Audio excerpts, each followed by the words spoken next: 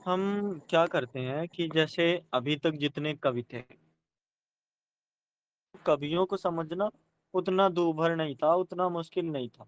क्योंकि वो जो लिखते थे, वही बातें होती थी। अगर जैसे बिहारी हो गए ना, तो बिहारी जो बात लिखते थे, अन्योक्त भी होता था ना, वो समझ आ जाता था कि हाँ, ये बातें कही जाती होंगी। राजा के बारे में कहा गया, तो हाँ, वास्तव में राजा के बारे में ही है, भूत बस सिर्फ कल्पना है। तो सारी चीजें हम जो समझ रहे थे, हम जो नाप तौल रहे थे, समझ आ रहा था। लेकिन अब हम कहाँ पे पहुंच चुके हैं? प्रगतिवाद सर। में, प्रगतिशील में, प्रयोगवाद में और नई कविता में। ये चारों, जैसे आपने पूछा था ना समकालीन कविता क्या होती है, तो ये चारों जो दौर था, आपस में घुला मिला था। अब अगर मैं बोलूं, जैसे बोला जाता है, जो आज हम पढ़ेंगे गजानन माधव मुक्तिबोध को, तो गजानन माधव मुक्तिबोध जो हैं, ये वास्तव में कहे जाते हैं कि प्रगतिशील कविता, इन दोनों के बीच के जो सेतु हैं, सेतु समझते हो? हाँ सर, जोड़ने का तरीका, दोनों का बांधने का तरीका। हाँ, तो पुल के समान सर। सेतु हैं पुल के समान। तो ये ऐसा काम करते हैं। अगर आप देखोगे, जैसे बोला जाता है कि एक इंसान दो नाव में एक साथ नहीं चढ़ सकता। जैसे आगे की एक कविता है, कितनी नाव में कितनी बार। तो शायद कह सकते हैं कि ये मुक्तिबोध को ही रिलेट करके लिखी गई है, क्योंकि मुक्तिबोध प्रयोगवाद के पहले कवि कहे जाते हैं। इसका मतलब ये है कि जैसे एक इंसान होता है, एक नाव में एक बार ही चढ़ सकता है, या फिर उसका जो पैर होगा एक टाइम पे एक नाव पर ही होगा। लेकिन ऐसा नहीं है। मुक्तिबोध, पता नहीं, मतलब नई कविता की विचारधारा पे अगर देखोगे, वहां भी मिल जाएंगे। लोग बाद में हम पढ़ेंगे, अभी मिलेंगे ही। ये फैंटेसी शिल्प अक्सर प्रयोगवाद में ही प्रयोग की जाती है। और अगर आप प्रगतिवादी कविता में देखोगे, या फिर प्रगतिशील बोल लो उसको, तो वहां पे भी प्रगतिशील लेखक संघ में ये सामने आपके आ ही जाएंगे। ये जो ही चीज है। क्या सवाल आपने पूछा था अभी,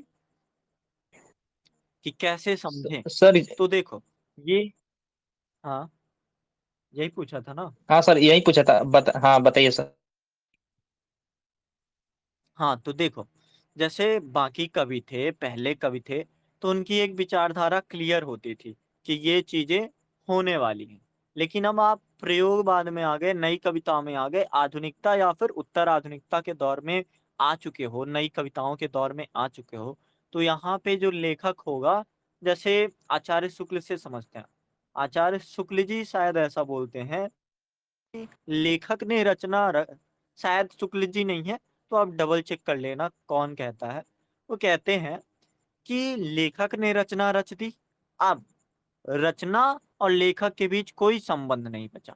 अब पाठक उसको प्राप्त करे, पढ़े, सुने, देखे, और उससे जो भी मतलब उसको निकालना है, वो उस मतलब को समझे कि हाँ, ये मतलब होने वाला है। लेकिन अभी तक जब हम पुराने दौर में थे या फिर पहले की कविताएं देख रहे थे, तो वहां पे काव्य प्रयोजन नहीं रखता था। जैसे जैसे किस काव्य प्रयोजन से लिख रहे हैं कि मुझे यश की प्राप्ति हो, तो यश की प्राप्ति में एक दो बातें युक्त भी लिख दे, या फिर बड़े कवि के तौर पर भी लिख दे, चलता है, चलो। लेकिन यहाँ पे अब हम जो कविताओं का काव्य प्रयोजन होगा, ये यही है कि मैं पाठकों के लिए लिख रहा हूँ। जैसे अक्सर देखोगे, कविता कब फेल हो जाती है, या फिर कोई कविता क्यों अच्छी लगती है? जब कविता का पता है क्या उद्देश्य होता है? का उद्देश्य होता है कि आप जब पढ़ो, तो आप ही उस कविता के नायक हो, या फिर आप ही उस कविता की नायिका हो। जैसे मान लो गोदान है, ठीक है, या फिर समझो कोई ऐसी कहानी है, छोटी सी कहानी है, यही सच है, मान लो यही सच है, कहानी आप पढ़ते हो, तो उस कहानी में आप या तो नायिका होते हो या तो नायक होते हो। जब नायक नायिका बन के आप उस चीज को पढ़ते हो, तो ज्यादा गहराई से समझ आता है। और यही है प्रयोगवाद का थोड़ा स्पष्टीकरण, कि इस चीज को हम इस तरह से साफ साफ देख सकते हैं। ये बात मुक्तिबोध को नहीं समझ पा रहे हैं। हालांकि नागार्जुन को समझना थोड़ा आसान हो जाता है। क्यों आसान हो जाता है? क्योंकि है तो ये, हम जब पढ़ेंगे तो नई कविता के आधार पर या फिर प्रयोगवाद के आधार पर पढ़ेंगे। लेकिन ये है प्रगतवादी रचनाकार, तो प्रगतवादी रचनाकार की एक मेंटलिटी है वो उस दायरे में है। तो जैसे आप दो दायरा समझो, ठीक है। एक मैं एरिया बना रहा हूँ प्रयोगवाद का, ठीक है। उस एरिया में अब मैं प्रयोग करूंगा, मैं राह से मंजिल तक नहीं जाऊंगा, मैं राह का अन्वेषी हूँ, नई नई तरह की राह खोजूंगा। और जैसे एक बात मैंने लिखी थी, शायद आपको याद हो, कि अक्सर ख्वाब पूरे जो हो जाने के बाद जो मिलता है वो नया ख्वाब ही होता है। तो वही बात होती है कि प्रयोगवाद में राहों के अन्वेषी, अगर आप राह के अन्वेषी हो तो राह खोजने के बाद आपको जो कुछ मिलेगा वो राह ही मिलेगा। प्रगतिवाद वगैरह में आपको, आप अस्तित्ववाद के लिख रहे हो या फिर आप मानवतावाद के लिए, मानववाद के लिए लिख रहे हो, तो वहां पे आपको वही चीज मिलेगी, मानवतावाद मिलेगी।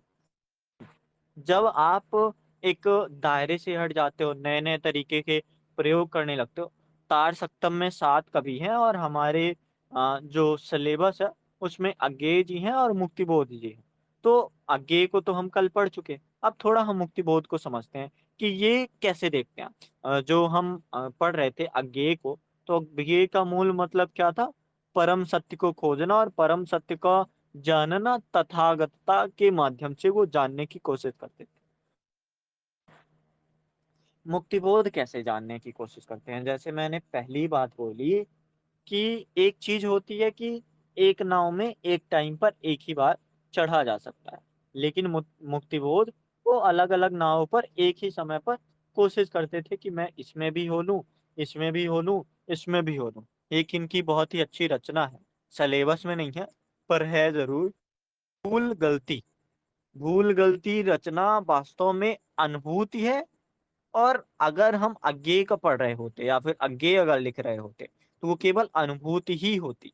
लेकिन अब मुक्तिबोध लिख रहा है, मुक्तिबोध ये क्या ग्वालियर से जुड़े हुए हैं और शायद 1917 वगैरह में इनका जन्म हुआ है, और 36 वगैरह में ये मतलब स्नातक की बीए वगैरह करते हैं। तो आप समझो कि जो कवि पहले स्थापित हो गए थे, अब वो उन कवियों से बहुत ज्यादा नए कवि हैं, ज्यादा नए कवि हैं जब, तो इनकी रचनाओं में भी नयापन आएगा ही।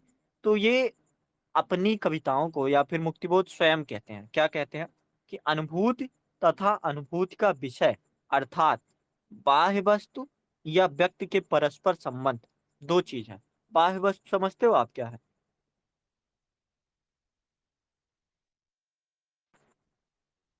हेलो। कि जितने मैं ये बोल रहा हूँ, आपकी आवाज कट रही है, बाह्य ठीक है समझो।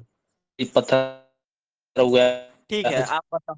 अभी करता। कट हो रहा है, कट हो रहा, आपकी आवाज कट हो रही, फिर आप बताना। अभी समझो जरा, अगर आवाज आ रही है तो। दो चीज होती है, बाह्य वस्तु या व्यक्ति के परस्पर संबंध के बिना। अब जब तक आप, जैसे हम ब्रह्म राक्षस थोड़ा लिखते हैं, एक जो बावड़ी है तो बाहर से नजर आ रही है, बावड़ी है मतलब एक कुआं सा है या फिर एक तालाब सा है बड़ा सा। और जो बावड़ी के भीतर है मतलब एक मनुष्य है, और जो एक मनुष्य के भीतर है, अगर दोनों के बीच परस्पर संबंध नहीं होने वाला है तो वास्तव में अनुभूति जो है, अनुभूति की बात करते हैं ना, वो अनुभूति संभव ही नहीं है। लेकिन अगर आप देखोगे अषाढ्य वीणा में, तो हालांकि ऐसा नहीं कह सकते कि अनुभूति के विषय या फिर वो व्यक्ति के परस्पर संबंध से रिलेट नहीं करता, पर उस तरह से जैसा गजानन माधव मुक्तिबोध के यहाँ करता है, वैसा करना थोड़ा दिखता है कि हाँ, कंपैरिजन अगर करोगे तो वो चीजें थोड़ी कम है। संबंध अनुभूत के स्वरूप में ही निहित होते हैं। वे अपनी इस धारणा के क्रम से 3 पक्ष मानते हैं। आप समझ पा रहे हो मतलब क्या मैं बताना चाह रहा हूँ? कि और थोड़ा सरल एग्जांपल के साथ चला जाए। समझ में तो सर आ रहा है, लेकिन थोड़ा और एग्जांपल अच्छा देते तो और अच्छा से समझ में आता, थोड़ा सरल भाषा में। देखो सरल भाषा में चलते हैं।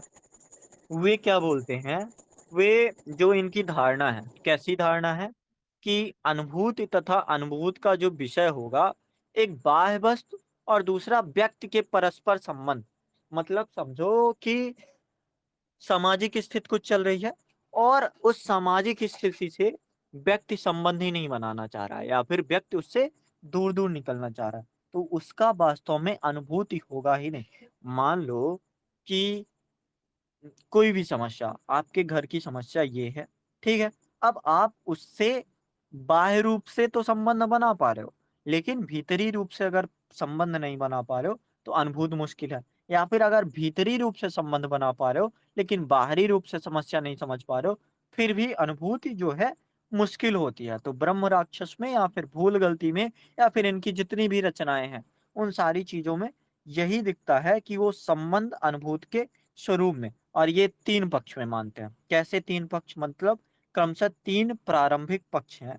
पहला, जीवन अनुभवों का आधार, मतलब जीवन में जो हमने अनुभव किया है, जिस चीज़ से हमने सीखा है, तो उस चीज़ को अगर आप जब तक नहीं आधार बनाओगे, तब तक आप शायद दूर रह जाओ। दूसरी चीज़ आत्मबद्ध।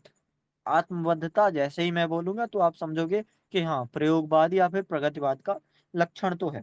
तो आत्मबद्ध दशा, जब आप आत्मबद्ध दशा का परिहार करोगे, मतलब जिस चीज़ से आप बंधे हुए हो, इसको चाहो तो और क्लियर समझो छायावाद से। छायावाद में क्या होता था कि इंसान किसी भी परिस्थिति, किसी भी रूढ़ि से बँधा होने से दूर होना चाहता था, उससे निकलना चाहता था। तो अब आत्मबद्धता का दशा मान लो कि आपको बहुत ही आगे बढ़ना है, ठीक है? अब आपको क्या रोक रहा है? आपका परिवार रोक रहा है या फिर आपका जो समाज है, वो रोक रहा है। तो दूसरी अवस्था उन्होंने बताई कि आत्मबद्ध दशा का परिहार करो। परिहार मतलब त्याग करो। और तीसरा उन्होंने बोला आनंद का अनुभव। आप चाहे कामायनी में देख लो, आप चाहे शक्ति की पूजा में देख लो, आप चाहे जहाँ भी देखो, अंतिम उद्देश्य आनंद की प्राप्ति ही होती है। और प्रयोगवाद का स्तर भले भी हो, प्रयोग करना है, नई चीज़ें खोजनी है, लेकिन खोजोगे क्या? परम सत्य खोजोगे, और परम सत्य खोजने के बाद क्या प्राप्त होगा? आनंद की प्राप्ति ही होगी ना।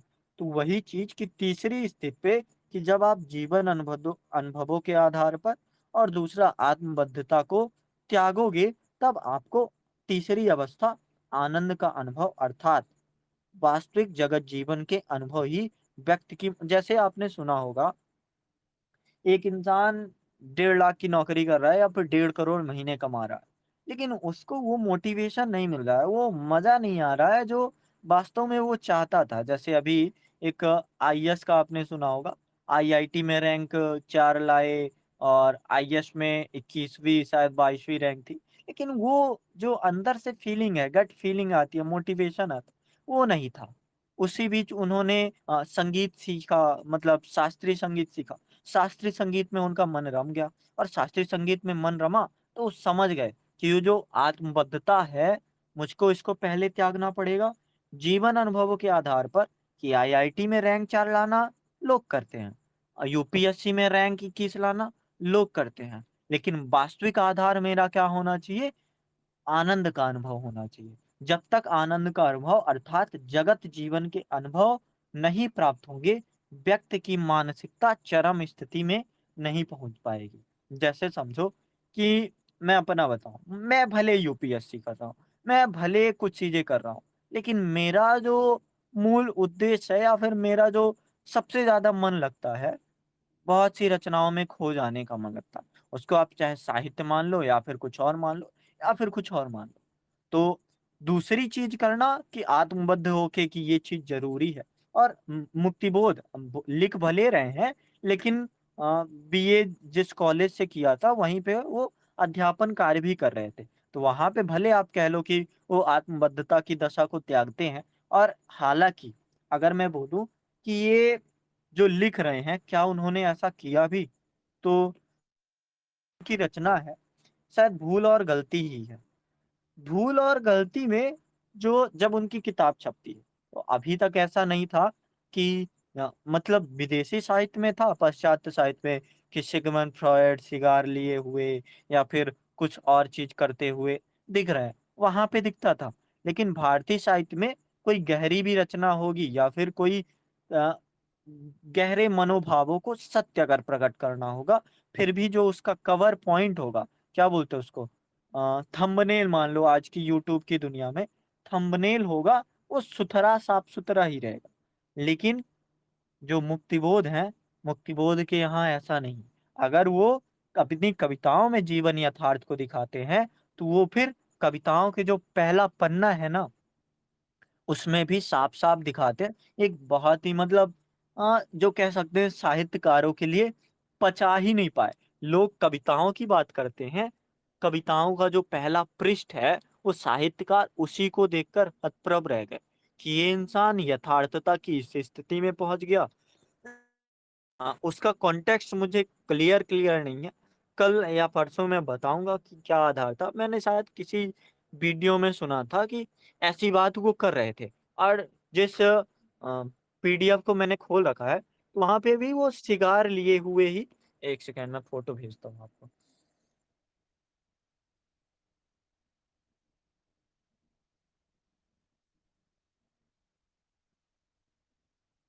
यहाँ पर भी ये सिगार लिए हुए ही अ, अपने पृष्ठ में या फिर सामने आ रहे हैं। तो ये चीज़ हिंदी साहित्य में करना बहुत ही मुश्किल बात थी, या फिर कहें कि बहुत ही नयापन था, और नयापन था मतलब प्रयोग ही है। प्रयोग चाहे आप जिस तरीके से करो। बातें हम समझते हैं मुक्तिबोध के बारे में। थोड़ा हम विद्वानों के आधार पर भी समझ लें कि विद्वान क्या बोलते हैं मुक्तिबोध को। हाँ। हाँ, तो जैसे राम स्वरूप चतुर्वेदी क्या बोलते हैं, आप थोड़ा-सा आधार समझना कि ब्रह्म राक्षस जो है, ब्रह्म राक्षस में कई कविताओं का संकलन है। उसमें से जैसे शायद इस कविताओं का संकलन है, मुझे क्लियर नहीं पता। देखेंगे उसको कितने संकलन। तो चाँद का मुँह टेढ़ा जो संकलन है, तो वास्तव में उसी में ब्रह्म राक्षस लिखा हुआ है, या फिर उसी का एक कविता है। तो मुक्तिबोध का काव्य संकलन चाँद का मुँह टेढ़ा है, एक बड़े कलाकार की स्केच बुक लगता है। स्केच बुक समझते हो? नहीं सर, स्केच में स्केच पूरा समझते अच्छा हो से कि समझते एक हैं, अच्छा सर। जैसे जैसे मैं आपका स्केच बनाऊँ तो वो समझते हो क्या होता है? हाँ, हाँ, हाँ। ठीक है? अब समझ में आ गया तो सर, एक पूरे बड़े फोटो कला जैसे नहीं, पूरा समझ में आ गया।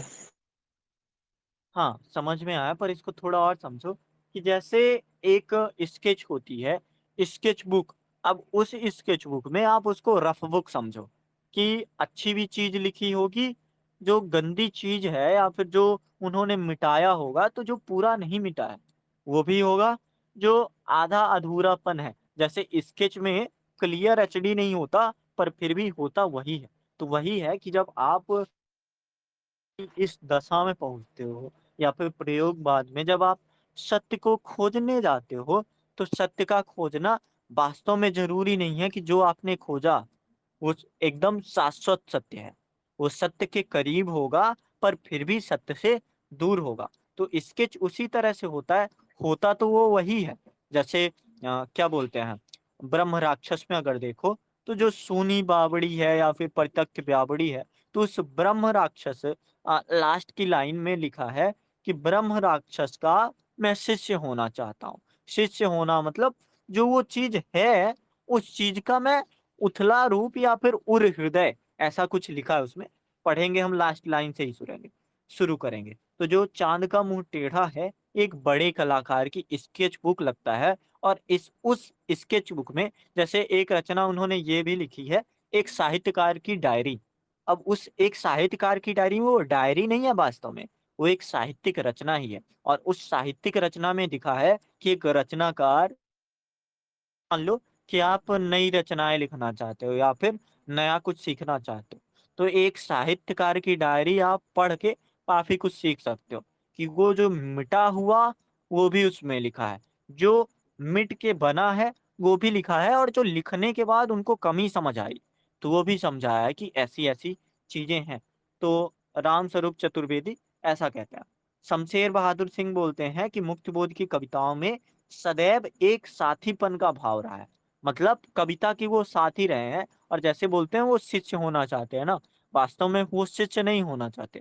वास्तव में वो साथी ही होना चाहते हैं, पर फिर भी अगर शिष्य कहेंगे तो वो अहम नीचे होगा। मेन बात वो अहंकार का हाँ होना ही है। और जब हम समझते हैं ना कि आत्मबद्धता का परिहार होना, तो आत्मबद्धता को आप तभी त्याग पाओगे, दूसरी अवस्था को मुक्तिबोध की, जब आप अहम को त्यागोगे। तो साथी होना अगर बोलूंगा तो हो सकता है अहम आ जाए, तो इसीलिए वो शिष्य जैसे शब्द या फिर और भी चीजें प्रयोग करते हैं। तो सबसे बड़ी बात यह है उनमें कि यह उनके अंदर मस्तिष्कहीन कोरी भावुकता नहीं है। मस्तिष्कहीन कोरी भावुकता समझते हो? नहीं, यहाँ पर थोड़ा नहीं समझ, कोरी इनकी नहीं समझ रहा। कोरी मतलब खोखले, सफेद सफेद पन्ना देखा है ना, उसको कोरा पन्ना बोलते हैं। हाँ तो सर, ये कहने का मतलब है कि मस्तिष्क में खालीपन हो गया है। जैसे मान लो कामायनी को उठा लो, हालांकि कामायनी को नहीं उठाओ, कोई और कविता मान लो कामायनी की तरह, ठीक है। अब कामायनी की तरह कविता, वो बोल रहे हैं कि एक मनु है, पहाड़ में चढ़ रहा है, पहाड़ से उतर रहा है, फिर पहाड़ में चढ़ रहा है, फिर उतर रहा है। मतलब समझाने का प्रयास है कि अहम जो है पहले बढ़ता है, फिर अहंकार नीचे होता है, फिर समझाना ही होता है। लेकिन वास्तव में अगर तार्किक आधार देखो, वैसी गतिविधियां होती नहीं है। तो वो जो माइंडलेस फीलिंग होती है एक चीज, कोरापना, तो उस कोरेपने से वो दूर रहते हैं। उस कोरेपने से दूर रह के, जैसे मान लो अ, इनको मुक्तिबोध को छोड़ो, आप चले आओ अज्ञेय को चले आओ। अज्ञेय की एक कविता है अ, हरी घास पर छड़बर, और उसी कविता संकलन में एक काली कलगी बाजरे की ऐसी कविता है। एक सेकंड, उसमें वो क्लियर करते हैं कि मेरी जो नायिका है ना, वो नायिका चंद्रमा के समान नहीं है। मेरी जो नायिका है उसकी कोई उपमाएं ऐसी बहुत खास नहीं है। और अगर अगर मैं चंद्रमा से उपमाएं दे दूंगा, मैं उसको बड़ी बड़ी संज्ञाएं दे दूंगा कि उसकी नीलम सी नीली आंखें, या फिर कुछ भी कहना हो, तो वास्तव में क्या ये तार्किकता होगी? ये तो भावुकता है। और भावुकता कैसी? माइंडलेस या फिर कोरी भावुकता, मस्तिष्क विहीन, कि आप किसी चीज को इस स्तर पर ले जा रहे हो। तो अज्ञेय जी साफ साफ बताते हैं कि हे प्रिय, मैं भी ऐसा कर सकता था, मैं भी दे सकता था तुमको उपमाएं, पर फिर भी मैंने नहीं दी तुमको उपमाएं। मैं सिर्फ तुमको हरी घास बोलता हूँ। और हरी घास क्यों? क्योंकि हरी घास निर्मम है। हरी घास पर अगर जो कलर है उसका रंग, तो वो रंग फिल्टर वाला रंग नहीं है, वो रंग साफ है। और अगर उसमें कोई पैर से चल भी जाएगा तो भी वो हरा ही रहने वाला है। और ऐसे ही होता है कलगी बाजरे की, जो वास्तव में है वही होता है। तो मैं भावुकता तो रखूंगा, पर मस्तिष्क विहीन कोरी भावुकता नहीं रखूंगा। तो जो चीज अज्ञेय में दिखती है, जो प्रयोगवाद के कवि हैं, वही जाके आगे मुक्तिबोध में और बेहतर स्तर पर हो जाता है। और उनके भावों के ज्वार, ज्वार भांटा समझते हो ना, कि उफान, उनके भावों के ज्वार के पीछे दीर्घ दोहन है। दीर्घ दोहन मतलब, दीर्घ दोहन समझते हो? गहन कालीन चिंतन की, एक लंबा चिंतन। और जैसे अज्ञेय की कविताएं विचार प्रधान कविताएं थी, वैसे मुक्तिबोध की भी कविताएं विचार प्रधान कविताएं हैं। भूल गलती थोड़ा समझते हैं, फिर ब्रह्म राक्षस में आते हैं। गलती जैसे एक कविता संग्रह है, उसमें जो समाज में व्यापी भ्रष्टाचार है और अनैतिकता है उसकी ओर संकेत करते हैं, और दमन चक्र में सत्य और ईमान पिस कर रह गया, इन सारी बातों को समझाते हैं। जैसे भूल गलती आज बैठी है जिरह बख्तर पहनकर। जिरह बख्तर समझते हो? कि जंजीरों का कवच। जंजीरों का कवच आप कैसे, मतलब बस इतनी लाइन पढ़ेंगे कि भूल गलती आज बैठी है जिरह बख्तर पहनकर, तख्त पर दिल के चमकते हैं खड़े हथियार उसके दूर तक। इसका मतलब क्या हुआ जरा समझा दो, फिर हम ब्रह्म राक्षस में आते हैं।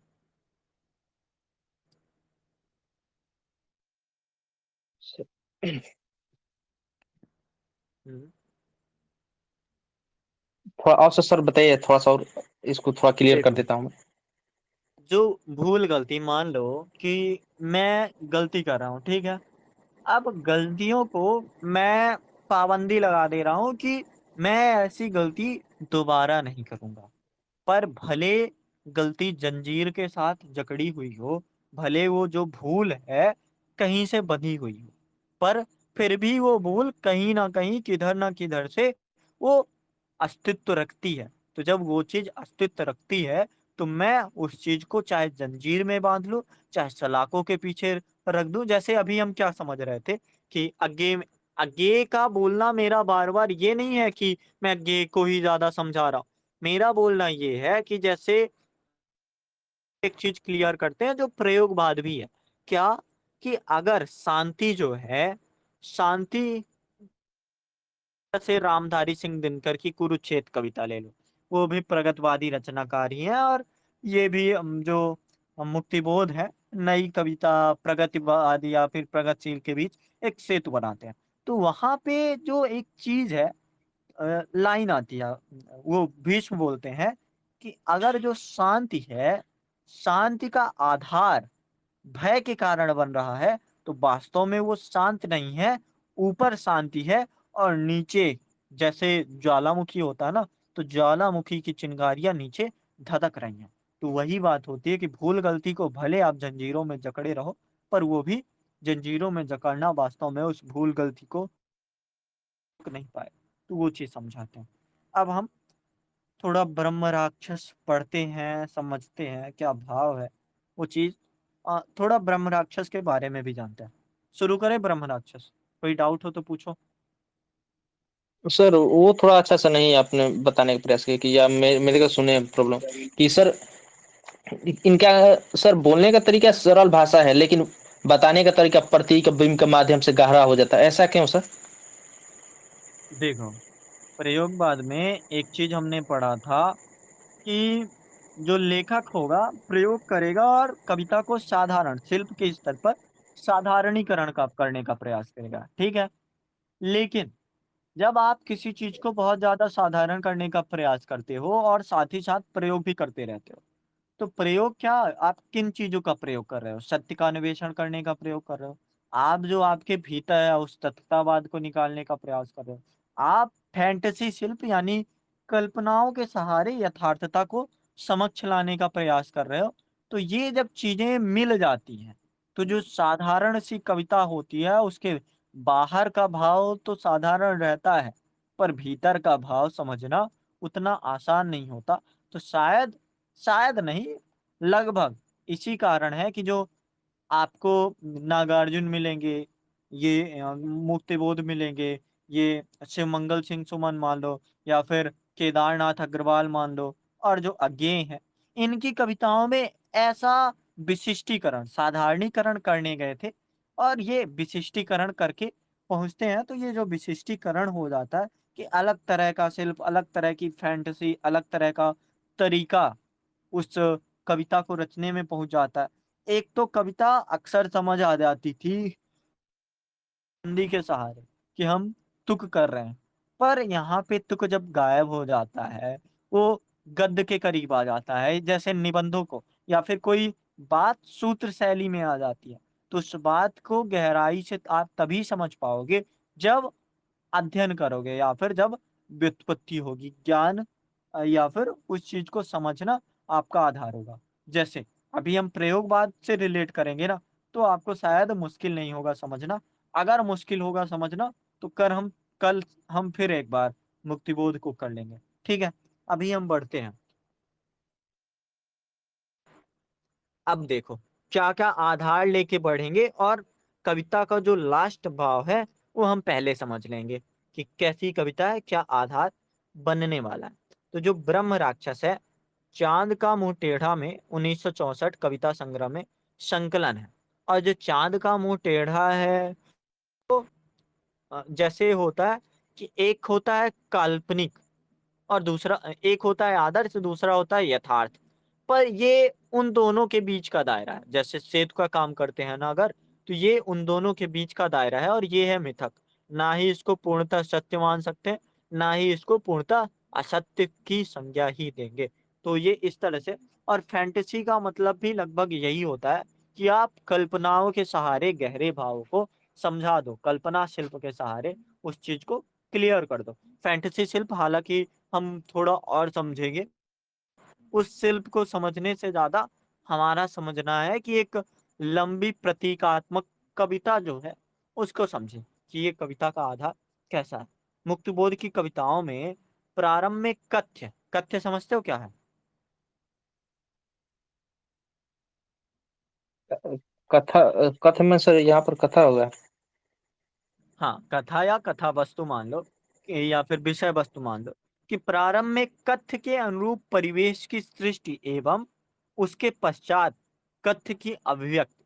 मतलब एक चीज होता है कि अभी मैं क्या कर रहा हूं, शुरू में जो सृष्टि बनाने की कोशिश कर रहा हूँ कि प्रयोग बात समझ लो, कवि के बारे में थोड़ा जान लो, एक घेरा बनाने की कोशिश कर रहा हूँ।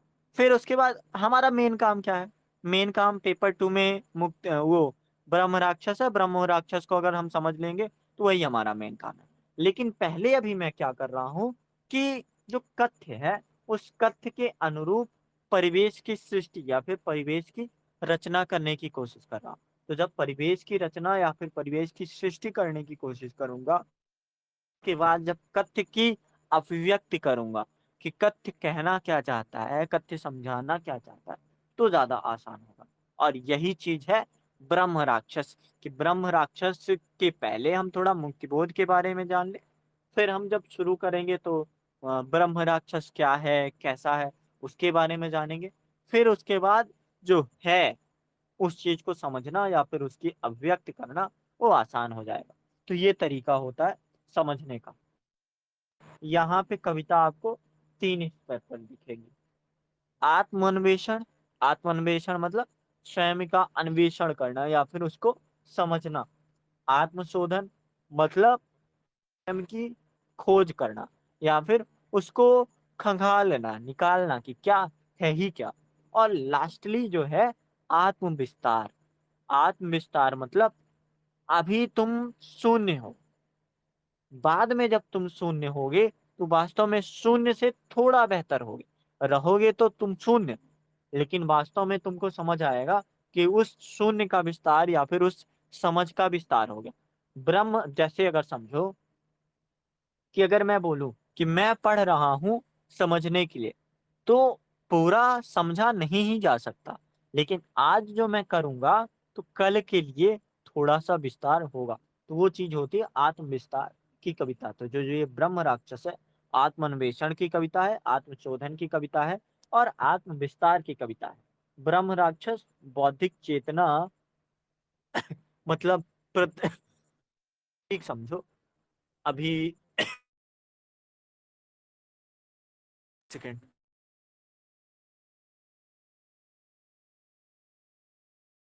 ब्रह्म राक्षस जो है बौद्धिक चेतना का प्रतीक है। बौद्धिक चेतना समझते हो आप क्या है? हाँ सर, अपनी बोधि के अच्छा समझता हूँ, लेकिन सर हाँ। उतना अच्छा डील नहीं करता। बोधि के चेतना में सर अपने बहुत दिमाग। दिमाग को आधार पे देना या फिर जैसे आप उस चीज के बारे में आपकी चेतना क्या कहती है। मान लो कि बुद्धिजीवी वर्ग है, ब्रह्म राक्षस मान लो बुद्धिजीवी वर्ग का प्रतीक है, ठीक है। अब एक बुद्धिजीवी कह रहा है हमें समाज में सुधार करना चाहिए, दूसरा बुद्धिजीवी वर्ग बोल रहा है कि दिक्कत उसकी है, और अगर उसकी दिक्कत है तो मैं क्यों ही लड़ूं, मैं क्यों ही करूं। तो बौद्धिक चेतना अपने अपने स्तर पर हो सकती है। तो जो ब्रह्म राक्षस की बौद्धिक चेतना है ये तटस्थ बौद्धिक चेतना है। तटस्थ मतलब कि कर तो सकता है वो, और बुद्धिजीवी वर्ग है मतलब होशियार है। होशियार है मतलब कुछ तो कर ही सकता है, पर फिर भी वो तटस्थ है या फिर वो शिथिल पड़ा हुआ है। शिथिल मतलब जैसे कोई चीज बिल्कुल ठहर सी जाती है, तो उस तरह की इसकी बौद्धिक चेतना है। बावड़ी का जल, बावड़ी का जल एक तरह से सैद्धांतिक ज्ञान का प्रतीक है कि ब्रह्म राक्षस, उस ब्रह्म राक्षस के पास बावड़ी का जल मतलब उस तालाब में जल भरा हुआ है और वो जल वास्तव में ज्ञान का प्रतीक है। पर बावड़ी का जल अक्सर ऐसा हो जाता है कि उसका प्रयोग हम करते ही नहीं है। तो वो चीज थोड़ा सा है। विद्वानों ने इसको क्या कहा है, इस ब्रह्म राक्षस के बारे में क्या टिप्पणी की, पहले समझे या बाद में समझे? पहले भी समझ सकते हैं, पहले समझे तो और बेहतर होगा सर। हम बाद में समझते हैं कि विद्वानों ने कहा क्या कहा, फिर उसके बाद आप थोड़ा मत रखना कि विद्वान ऐसा बोलते क्यों हैं। हम थोड़ा लास्ट से कविता शुरू करते हैं, फिर हम शुरू हो जाते हैं, ठीक है। लास्ट लाइन है या फिर लास्ट स्टैंजा है, वह सघन झाड़ी के कटीले तम विवर में मरे पक्षी सा।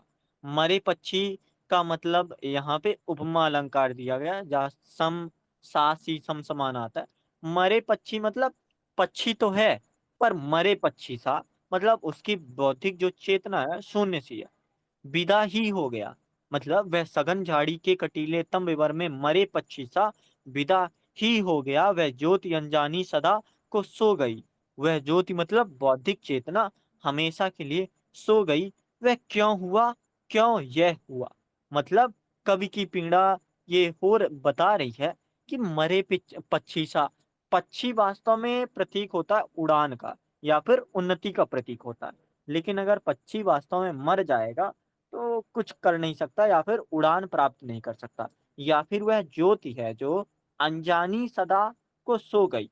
आ, जो बौद्धिक चेतना है इसके बारे में हम समझ नहीं पा रहे हैं या फिर जान नहीं पा रहे, लेकिन जान नहीं पा रहे हैं दूसरी चीज कि वो सदा के लिए सो गई, मतलब बौद्धिक चेतना सदा के लिए शून्य हो गई।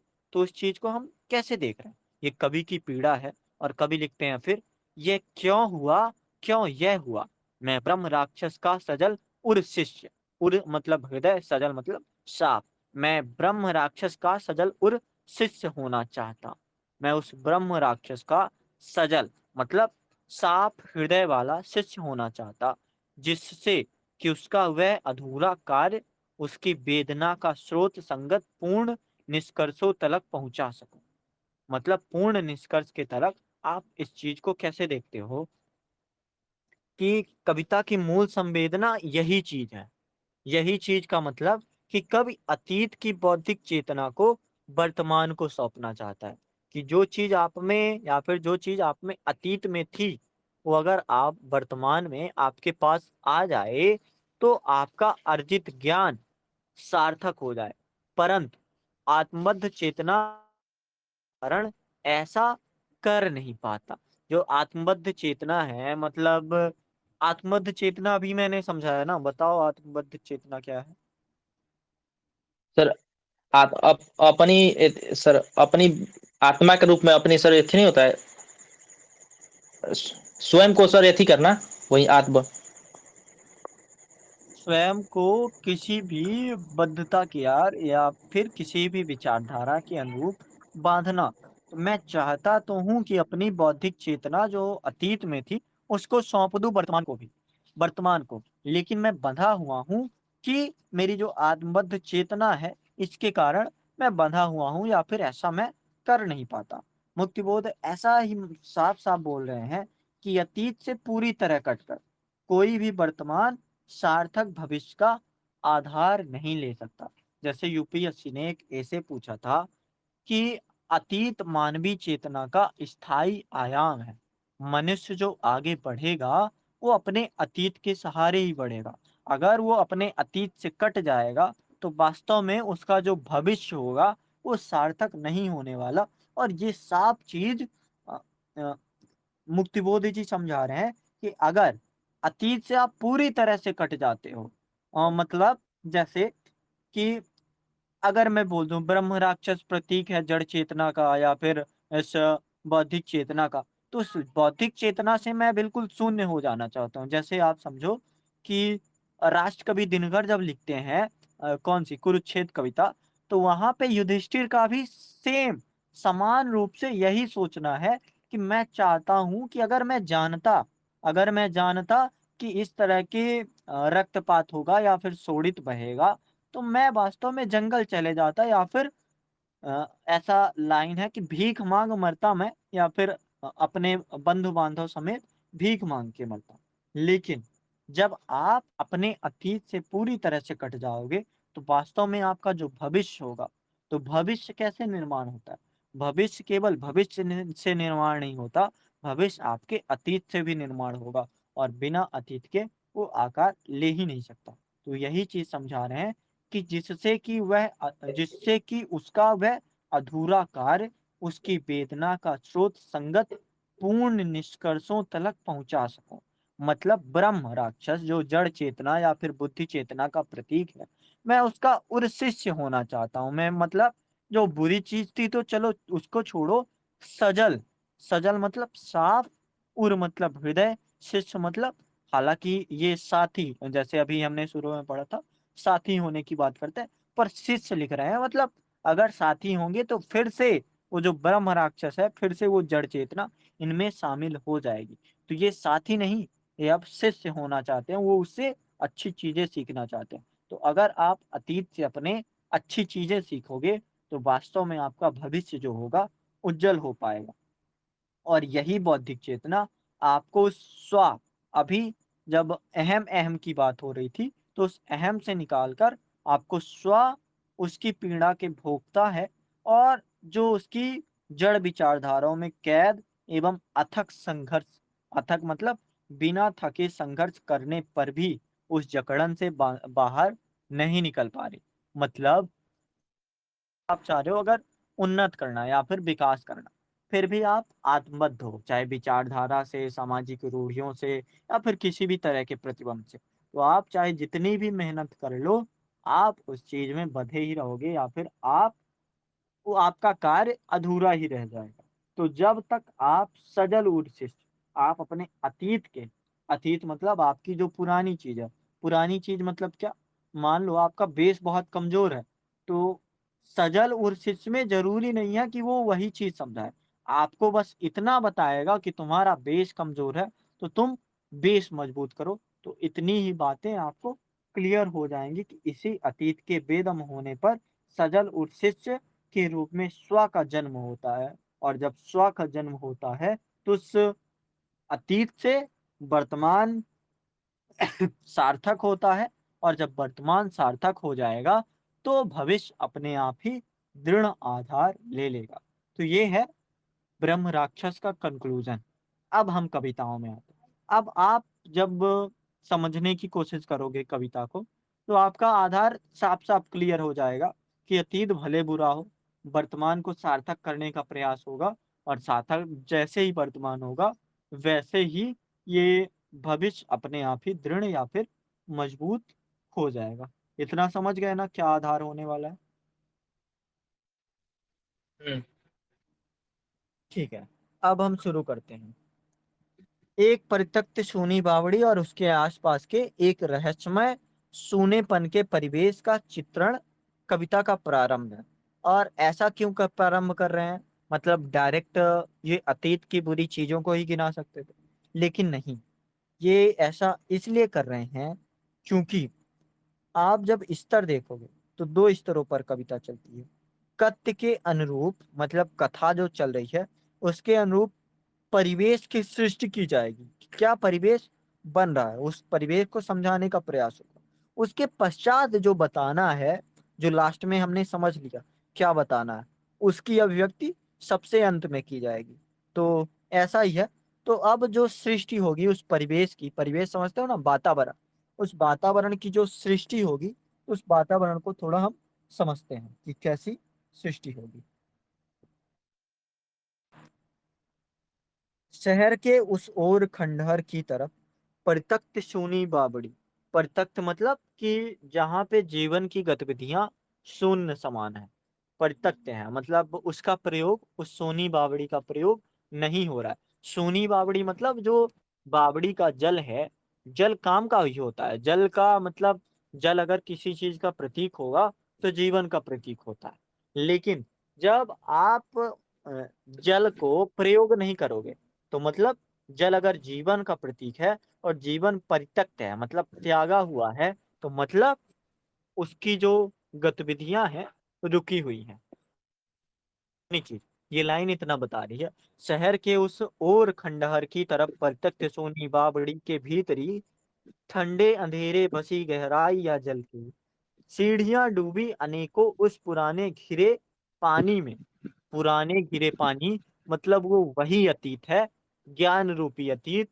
और उस पुराने घिरे पानी में सीढ़ियां, सीढ़ियां एक तरह से चढ़ने का प्रतीक है या फिर जीवन की गतिशीलता है, तो बढ़ने का ही प्रतीक है ना सीढ़ी। तो उसी तरह कि ठंडे अंधेरे में बसी गहराइयां। ठंडा, ठंडा किस चीज का प्रतीक है? जब आप किसी चीज को बांध देते हो, जैसे जम जाना हो। क्या जम जाना हो? आपकी शिथिल विचारधारा मान लो। शिथिल के सर प्रतीक, शिथिल के सर हाँ प्रतीक मान सकते बिल्कुल, हैं ना। अब आप समझ रहे हो, बिल्कुल शिथिलता का प्रतीक। तो ठंडे शब्द सिर्फ ठंडा अंधेरा समय नहीं है, ठंडा अंधेरा बावड़ी का हिस्सा नहीं है। ठंडा अंधेरा मनुष्य है। आप जब बावड़ी बावड़ी मैं बोलूं तो आप बिल्कुल बिंब में मनुष्य ले जाना कि हाँ ऐसी चीज हो रही है। आगे थोड़ा तेज पढ़ते हैं, फिर लास्ट में समझाता हूँ। ठंडे अंधेरे में बसी गहराइयां, जल की सीढ़ियां डूबी अनेकों, उस पुराने घिरे पानी में समझ में आ न सकता हो कि जैसे बात का आधार लेकिन बात गहरी हो। मतलब जैसे है कि बात का आधार तो नहीं समझ आ रहा कि वास्तव में मैं हूं क्या, लेकिन म, वास्तव में जो बात है वो आधार गहरा है। तो जो बावड़ी है, उस बावड़ी का आधार, आधार मतलब तल्ला। तल्ला समझते हो? बेस, नीचे बिल्कुल, कहाँ से वो शुरू होता है। तो जैसे समझ में न सकता हो कि जैसे बात का आधार लेकिन बात गहरी हो। जब अंधेरे में ठंडे पानी में सीढ़ियां डूबी होंगी, घिरा होगा, तो आपको क्या समझ आएगा कि बावड़ी कितनी गहरी है। लेकिन जैसे जैसे वो कालापन आपको दिखेगा, तो उस कालेपन में आपको गहराई अपने आप ही दिखते लगती। जैसे मान लो कि एक छोटा सा गड्ढा है, ठीक है। किले में मान लो एक खंडहर जैसे देखा होगा, तो उस खंडहर में रात का समय 6 बजे मान लो है, तो उस खंडहर में रोशनी ज्यादा आ नहीं रही। बावड़ी है, उतनी गहरी है या नहीं है पता नहीं चल रहा है, लेकिन अंधेरा है, ठंड है, सीढ़ियां डूबी हैं। तो अब आप बताओ कि क्या आपको ऐसे नहीं लगेगा कि समझ में आ ना सकता हो कि जैसे बात का आधार लेकिन बात गहरी हो। आधार तो नहीं समझ आ रहा, लेकिन जो बात है वो गहरी है। बावड़ी का घेर डाले खूब उलझी है, खड़े हैं मौन औदम्बुर। औदम्बुर मतलब गूलर के वृक्ष, मौन मतलब मौन से। गूलर का वृक्ष प्रतीक होता है, जैसे आ, गूलर का वृक्ष और गूलर का फूल प्रतीक होता है कि वो दिखता नहीं है। जैसे तुम तो आ, अक्सर टिप्पणी की जाती है, तुम तो गूलर के फूल हो गए। गूलर का फूल हो जाना मतलब कि बहुत दिन बाद दिखना, या फिर जैसे ईद का चांद होता है ना, वैसे ही होता है। आवड़ी को घेर डाले खूब उलझी हैं, खड़े हैं मौन औदुंबर। वो औदंबर या फिर मौन जो आप में भीतरी चीज है, उनसे मिलान नहीं हो पा रहा है, या फिर उनसे मिलना, वो गूलर का वृक्ष है। वह शाखाओं पर लटकते घुघुओं के घोंसले। घुघुओं के घोंसले मतलब उल्लुओं के पुराने घोंसले। अब उल्लू क्यों? तो उल्लू जो है अक्सर वो रात में देख पाता है, और रात प्रतीक होता है अंधकार का। तो जब मनुष्य के जीवन में अंधकार होता है, या फिर जब मनुष्य शिथिल होता है, तो उसको उल्लू जैसा जीवन उसका हो जाता है कि दिन में शून्य और रात में वो जीवन साफ हो जाता है। तो वैसा है कि बावड़ी को घेर डाले खूब उलझी है, खड़े हैं मौन औदुम्बर, व शाखाओं पर लटकते घुघुओं के घोंसले।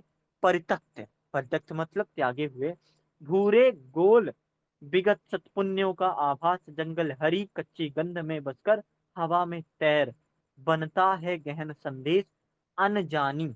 अनजानी मतलब है तो, अनजान क्या होता है कि अनजान कुछ और नहीं है, बस अनजान की पहचान नहीं हो पाती, इसलिए वो अनजान होता है। और यहीं पे वो सत्य का अन्वेषण ही है कि अनजानी किसी बीती हुई उत्श्रेष्टता को जो कि दिल में एक खटके सी लगी रहती। दिल में खटके सी लगी रहना मतलब वो खटास की, हाँ है तो जरूर, पर वो निकल नहीं पा रहा। मान लो आप में टैलेंट है कुछ चीज करने का, पर वो बाहर नहीं, तो वही है कि आत्म बोध का परिहार करना, परित्यक्त करना, इस लाइन में समझ आ रहा है। और अभी देखो क्या हो रहा है, उस परिवेश की सृष्टि हो रही है कि आपके जो भीतरी मन है किस चीजों से उलझा हुआ है। जो ब्रह्म राक्षस है, बुद्धिजीवी वर्ग है, तो किस चीजों से घिरा हुआ है, उस सारी चीजों की बात हो रही है। बावड़ी की इन मुंडेरों पर, मुंडेर मतलब जो ऊपरी रूप होता है, या फिर मुडेर क्या ही बोलते हैं उसको, चौखट मान लो। बावड़ी की इन मुडेरों पर मनोहर हरी कोहनी टेक बैठी है टगर, ले पुष्प तारे श्वेत, मतलब तारे श्वेत है, पुष्प तारे के समान श्वेत है। ये रूपक अलंकार हो गया। पुष्प तारे श्वेत मतलब पुष्प तारे के समान श्वेत है। टगर मतलब लता, लता का एक नाम होता है टगर, सुना होगा आपने। मनोहर हरी कोहनी टेक मतलब सुंदर, हरी कोहनी को टेक कर लता एक टिकी हुई है, और साथ में क्या लिए हुए है, जैसे लताएं होती हैं वो फूल भी लिए होते हैं, तो तारे के समान श्वेत फूल लिए हुए है। अ, ये चीज समझ आ रही है। और यहाँ पे अलंकार हो जाएगा मानवीकरण अलंकार, कि मनुष्य की बात हो रही ना, कि पुष्प से बात, लता हो गया, या फिर तारे रूपी फूल हो गए। आगे, बावड़ी के इन मुडेरों पर मनोहर हरी कोहनी टेक बैठी है टगर, ले पुष्प तारे श्वेत उसके पास, लाल फूलों की लहकता झौर मेरी वह कनेर, मतलब गुच्छों का फूल जो है लहकता हुआ, लाल फूल। लाल फूल मतलब शायद मैंने कहीं ऐसा पढ़ा था, मुक्तिबोध के समर्थक थे, अक्सर वो लाल कपड़ा पहनते थे। मुझे अगर मैं गलत हूं, मैं कल क्लियर करूंगा कि सही बात है या नहीं है। लाल एक चीज से प्रतीक होता है चटकता का, या फिर लाल प्रतीक होता है आवाज का, एक जो दबी हुई आवाज है उस चीज को निकालने का। जैसे लाल की जो डेंसिटी होती है, या फिर लाल की जो क्या बोलते हैं तरंग दैर्घ्यता होती है, वो दूर से ही दिखाई दे जाता है। तो वो चीज है कि लाल फूलों का लहकता झौर वह मेरी वह कनेर, वह बुलाती एक खतरे की तरफ जिस ओर अंधियारा खुला मुंह बाबड़ी का। अंधियारा खुला मुंह बाबड़ी का मतलब बाबड़ी क्या है, एक तरह से जड़ चेतना है। उस जड़ चेतना में अगर अंधियारा कहीं पे खुला हुआ है, मतलब एक राह दिख रहा है कि इधर से उजाला आ सकता है। तो एक बुलाती एक मतलब वह बुलाती एक खतरे की तरफ जिस ओर अंधियारा खुला मुंह बाबड़ी का, शून्य अंबर ताकता, मतलब शून्य आकाश को देखता है। बाबड़ी की उन घनी गहराइयों में शून्य, शून्य मतलब कुछ भी नहीं। ब्रह्म राक्षस एक पैठा है। ब्रह्म राक्षस प्रतीक है किस चीज का, बुद्धिजीवी वर्ग का, और वो पैठा है मतलब बैठा हुआ है।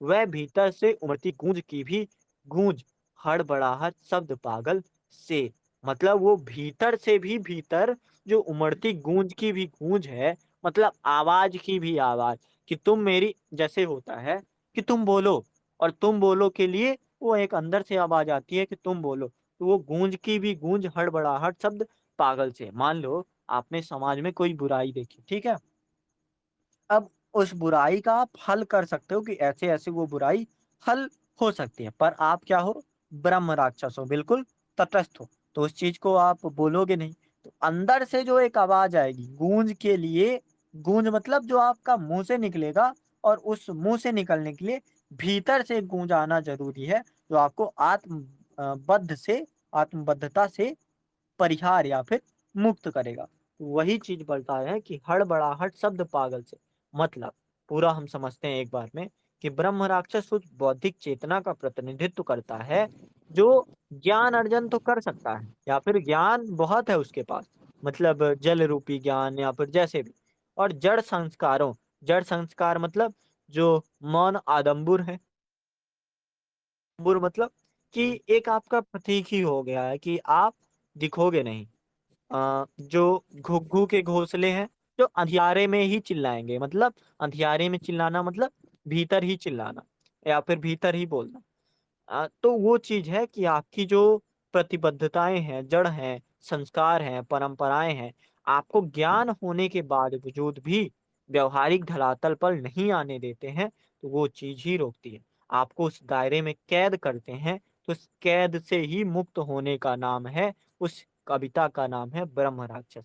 इसलिए ब्रह्म राक्षस अपनी देश को, देह को, अब ब्रह्म राक्षस को घृणा हो गई, किस चीज से घृणा हो गई, जो अभी ये चीज है ना कि उसकी गूंज की भी गूंज नहीं निकल पा रही है। मतलब एक होता है कि बाहर से तुम नहीं बोल पा रहे हो, आवाज नहीं निकल पा रही, लेकिन दूसरी चीज तुम्हारा भीतर भी शून्य हो चुका है, या फिर भीतर भी मर आंतरिक चुका है। सर। हाँ, आंतरिकता मर चुकी है। एक चीज जैसे आगे इस सर चीज को, आं, हाँ हाँ सर। बताइए। बोलो बोलो बोलो। तो आप बताइए सर। वो मैं बता रहा था आंतरिकता, वो बता रहा था क्योंकि मैं अर्थ को समझ रहा था, लेकिन सर जैसे आप बताते हैं वैसे नहीं समझ में आ रहा था, और बहुत अच्छे से समझ में आ रहा है।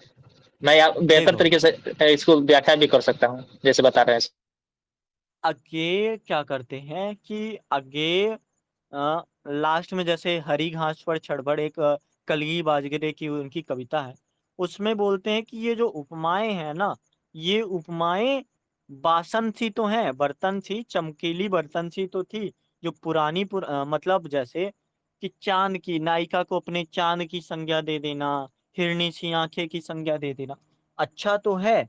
पर इसको इतने लोगों ने प्रयोग कर लिया है कि जैसे बर्तन जो शुरू शुरू में आता है तो चमकता रहता है, पर जब वो एक टाइम हो जाता है कि वो चमकने के बाद जब आप उसको मांजते हो तो वो घिस घिस कर बर्तन पुराना हो जाता है। तो इसलिए वो ऐसी उपमाएं नहीं देना चाहते। तो वही चीज है कि अब आपको आगे दिखेगा कि जो ब्रह्म राक्षस है अपने आप को घिस रहा है। घिस रहा है मतलब अपने आप को जैसे वो घिसा किस लिए जाता है कि वो जो सफाई है, साफ ही नहीं हो पा रहा है। किस चीज से नहीं साफ हो पा रहा है, जैसे भी समझो कि वो अच्छा तो नहीं है पर वो साफ होना चाहता है। तो आगे आपको समझ आएगा। पढ़ूं आगे। जी सर। गहन अनुमानिता तनकी मनिनता, मतलब अनुमानिता या फिर अंदर की जो बात है, और तन की मलिनता मतलब अंदर तो बहुत गहराई है पर तन क्या है, मलिन। मलिन मतलब उसमें कीचड़ डला मैला है, है, ये मैला। समझ लो, मैला है। दूर करने के लिए प्रतिपल, पाप छाया दूर करने के लिए दिन रात स्वच्छ करने, ब्रह्म राक्षस घिस रहा है ते। साफ तो है नहीं, बाहर से साफ है नहीं, बाहर से ही तो मैला है, तन उसका मैला है। मन भले या फिर गहन अनुमानता कुछ भी हो, लेकिन तन उसका मलिन है। तो वो क्या कर रहा है, घिस रहा देह, हाथ के पंजे बराबर, बाह छाती मुंह छपाछप। मुंह भी, हाथ के पंजे भी बराबर, बाह भी, छाती भी, मुंह भी छपाछप, खूब करते साफ फिर भी मैल, फिर भी मैल। मतलब जैसे अगर आप एक चीज मैली हो गई तो वो मैलापन आप कितना भी घिस लो तो मैलापन जाने वाला नहीं है। फिर चाहे टाइड प्लस लाओ या फिर कोई भी तरह का डिटर्जेंट लाओ। चाहे आत्मा को घिसने की बात कि एक बार आप आत्मा आपका ग्लानि से भर गया, जैसे युधिष्ठिर का भला, तो जैसे प्रेम के बारे में बोला जाता है, तो वो चीजें हमें समझ आती है कि ब्रह्म राक्षस जो है अब क्या कर रहा है कि ब्रह्म राक्षस घिस रहा है देह, हाथ के पंजे बराबर, बाह छाती मुंह छपा छप, खूब करते साफ फिर भी मैल, फिर भी मैल। तो यानी विकृतियां कम होने की बजाय बढ़ ही रही हैं। जैसे एक चीज होता है कि आप अगर झूठ का सहारा लोगे तो वो सहारा आपको लगातार करना ही पड़ेगा, क्योंकि यह आत्मशोधन व्यवहारिक धरातल पर नहीं बल्कि अर्जित ज्ञान के दायरे में होता है। जैसे मान लो आप अर्जित ज्ञान कर लिए और आप किसी बुराई का साथ दे देते हैं, तो बाहर से तो आप कितना भी साफ हो जाओ, कितना भी अच्छे कपड़े पहन लो, कितना भी सुधर जाओ, लेकिन भीतर का जो आवाज, जैसे गूंज की भी गूंज, वो जो हल्ला करेगी ना, उसको जवाब आप नहीं दे सकते। तो आगे क्या है, अब आगे होगा कि संघर्ष है, लेकिन संघर्ष छद्म है। छद्म समझते हो? यहाँ पर सर छद्म, इसमें यहाँ पर छद्म क्या होगा सर? छद्म मतलब नकली, छलावा। तो संघर्ष तो है लेकिन संघर्ष नकली है, वास्तविक नहीं है। इसलिए जटिलताएं बढ़ रही हैं, संवेदनाएं स्याह स्याह मतलब काली हो रही। कैसे? और होठों से अनोखा स्रोत, कोई क्रुद्ध मंत्रोच्चार अथवा शुद्ध संस्कृत गालियों का ज्वार, मस्तक की लकीरें बुन रही आलोचनाओं के चमकते तार, उस अखंड स्नान का पागल प्रवाह, प्राण में संवेदना है क्या।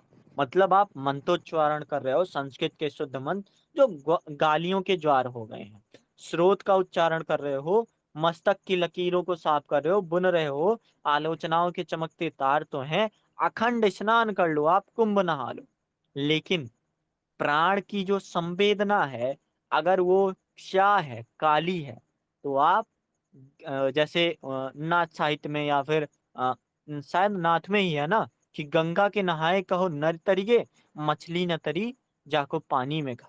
तो ये चीजें हमें समझ आती है कि हाँ, प्राण में जो संवेदनाएं हैं वो अब भी स्याह है। मतलब कभी साफ साफ बोला है कि अर्जित ज्ञान कितना भी हो, कितना भी आप ज्ञान अर्जित कर लो, पर अगर व्यवहारिक जीवन में प्रयोग नहीं करोगे तो अहंकार से मुक्त नहीं होगे, तो वो सार्थक नहीं होगा। आपका यही लगेगा कि संघर्ष आपने किया, पर वो संघर्ष हमेशा किस तरह का संघर्ष रहेगा? छद्म, या फिर वो नकली संघर्ष रहेगा। आगे, किंतु गहरी बावड़ी की भीतरी दीवार पर तिरछे गिरे रविरस के उड़ते हुए परमाणु जब तल तक पहुंचते हैं कभी, तब ब्रह्म राक्षस समझता है सूर्य ने झुककर नमस्ते कर लिया। मतलब जब भी कभी जो सूर्य है, सूर्य का प्रकाश है, वो बावड़ी, बावड़ी मतलब जो तालाब है, उस तालाब के गहरी तलहटी पर पहुंचता है। तलहटी मतलब बिल्कुल नीचे तक पहुंचता है।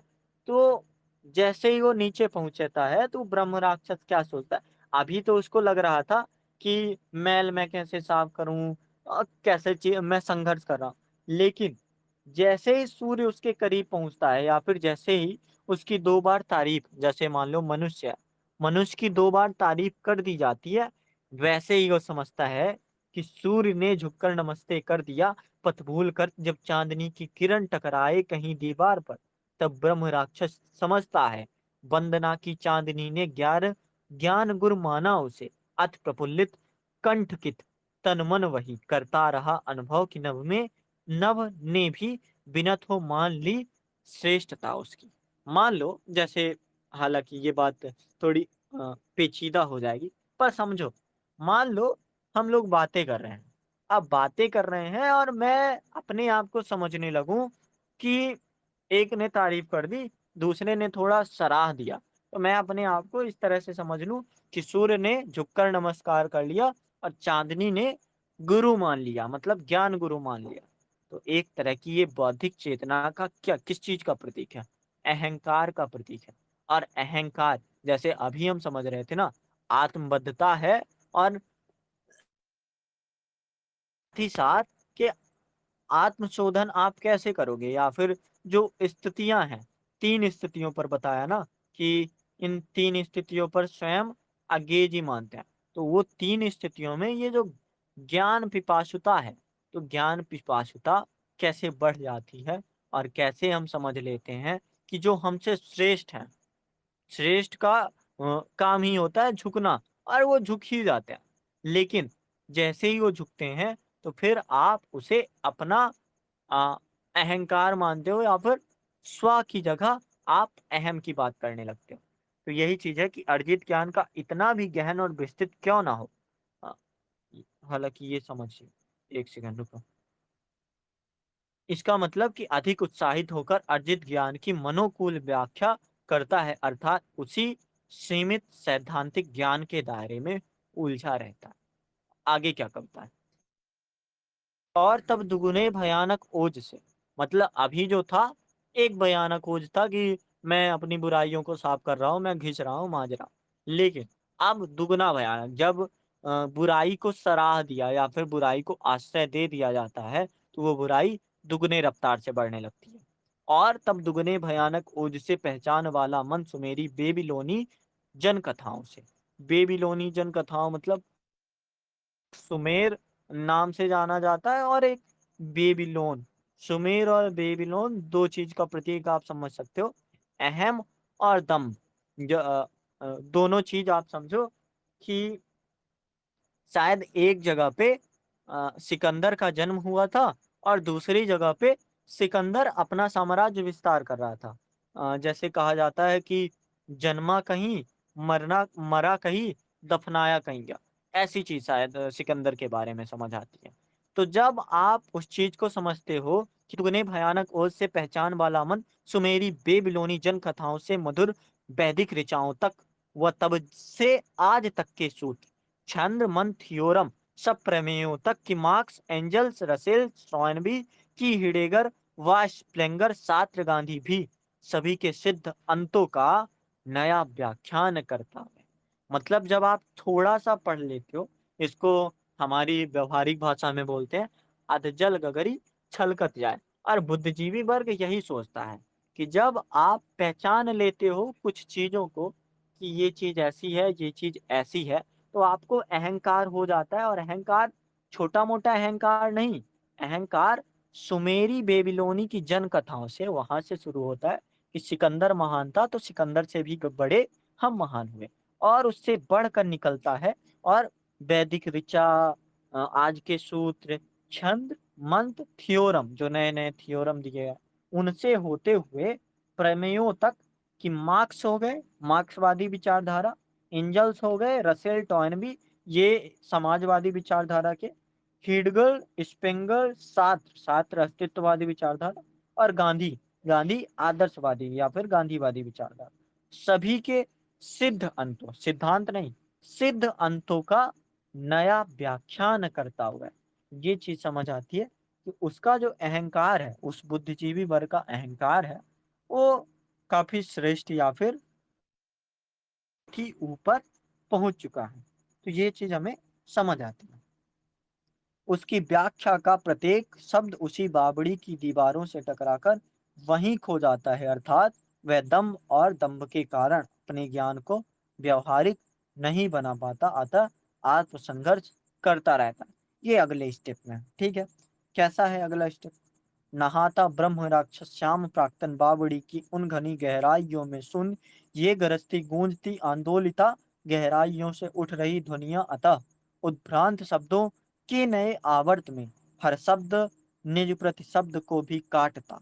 मतलब हर शब्द जो है, जैसे अगर मैं बोल, जैसे आप बोलो कोई बात बोल रहा हो, ठीक है, अब मेरा काम हो गया है कि गलत हो तो उसको बताना, लेकिन सही हो तो भी उसको अगर मैं काटूंगा तो भी वो एक तरह से धर्म हो गया है मेरा। ऐसा ब्रह्म राक्षस में लिखा। उद्भ्रांत शब्दों के नए आवर्त में हर शब्द निज प्रतिशब्द को भी काटता, वह रूप अपने बिंब से भी जूझ, बिंब से जूझना मतलब आत्मसंघर्ष। ये चीज थोड़ा, अब जैसे अभी परिवेश की सृष्टि तो हो गई है, लेकिन अब उस चीज की अभिव्यक्त करने की कोशिश, कि अब इस लाइन को और समझना।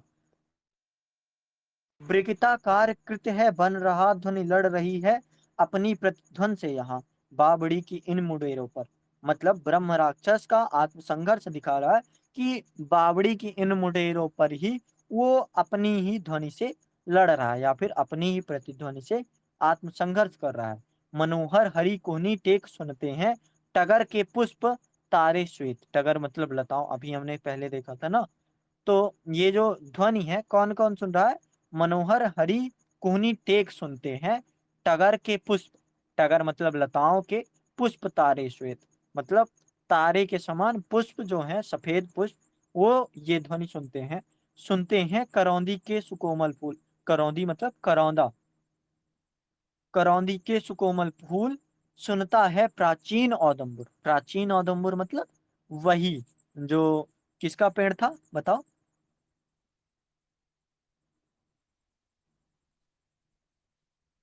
सर यहाँ पर तो औदुंबर मतलब किसका पेड़?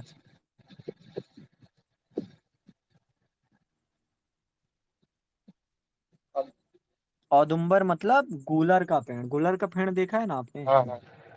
हाँ हाँ, जो फूल नहीं होता है सर, पट्टी के माध्यम से बता रहे थे आप। फूल, फूल फल के अंदर होता है गूलर का। तो वैसे ही कहा जाता है कि तुम तो गूलर के फूल हो। तो वही बात है कि सुन रहे हैं, कौन सुन रहे हैं? जैसे गूंज की भी गूंज थी ना, तो गूंज की गूंज जो तुम्हारे भीतर तो है, पर बहुत ज्यादा भीतर है, तो वो सारे लोग कोहनी टेक कर, कोहनी टेक कर सुनना मतलब बहुत ही ध्यान से सुनना, या फिर कहें कि चेतना हवास होकर सुनना। तो सुनता है प्राचीन औदुंबर, सुन रहा मैं वही पागल प्रतीकों में कहीं जाती हुई वह ट्रेजेडी, ट्रेजेडी मतलब त्रासदी, त्रासदी होता है कि आप जब अपने आप को भी खो देते हो या फिर आप उस स्थिति से हार जाते हो। तो पागल प्रतीकों में कहीं जाती हुई वह ट्रेजेडी जो बावड़ी में अड़ गई, मतलब कहीं जा तो जरूर रही थी पर बावड़ी में अड़ गई। बावड़ी मतलब आपकी आत्मबद्धता, आप आत्मबद्धता मतलब या तो परंपरा या फिर संस्कार का जड़, और संस्कार का जड़ शायद कहीं ना कहीं अ- अड़ गई, मतलब रोक ही देता है। तो कैद में है। ब्रह्म राक्षस निकलना तो चाहता है स्वयं की कैद से, संघर्ष भी कर रहा है, लेकिन वो कैद से नहीं निकल सकता। क्यों नहीं निकल सकता? क्योंकि उसको प्यारा है वो प्राचीन औदुंबर, सुकुमार फूल, पुष्प तारे श्वेत। ये एक तरह से बाहरी प्रतीक तो हैं कि हाँ ये है, लेकिन आप सोच के देखो कि अगर आप इन चीजों से निकल गए, सुकोमल फूल से निकल गए, तो करौंदी के सुकोमल फूल खोल दोगे। प्राचीन औदुंबर से निकल गए तो प्राचीन औदुंबर जैसा मौन आपको नहीं मिलेगा। पुष्प तारे श्वेत मतलब तारे के समान उस टगर का, टगर एक तरह की प्रजाति है लताओं का, तो उस तारे रूपी श्वेत फूल से दूर हो गए, वो चीज तो आप सह ही नहीं पाओगे। तो वही चीज आपको कैद किए हुए है, और आप संघर्ष भी कर रहे हो, पर आपका संघर्ष छद्म संघर्ष है। आगे, खूब ऊंचा एक जीना सांवला, जीना मतलब छज्जा, खूब ऊंचा एक जीना सावला, सावला मतलब अंधकार से भरा एक छज्जा है। छज्जा मतलब क्या बोलते हैं? बालकनी बोलते हैं अंग्रेजी में। तो खूब ऊंचा एक जीना सावला, उसकी अंधेरी सीढ़ियां, वे एक अभ्यंतर निराले लोक की चढ़ना और उतरना, पुनः चढ़ना और लुढ़कना, मोच पैरों में व छाती पर अनेकों घाव, बुरे अच्छे बीच के संघर्ष से भी उग्र था। वो जो झीना छावला है ना, जैसे बालकनी किस चीज का प्रतीक होता है? प्रतीक के ही सहारे हम समझेंगे। बालकनी प्रतीक होता है कि वहां पे आप घर में तो हो, पर घर में रहने के बावजूद भी आप बाहर की चीजें देख पा रहे हो। तो वही चीज है कि उसकी जो सीढ़ियां हैं, उस सीढ़ियां अंधेरी हैं, अंधेरी सीढ़ियां, वे अभ्यंतर निराले लोक की, मतलब ऐसा लगता है कि मैं दूसरे लोक पहुंच गया। और क्या होता है मेरे साथ?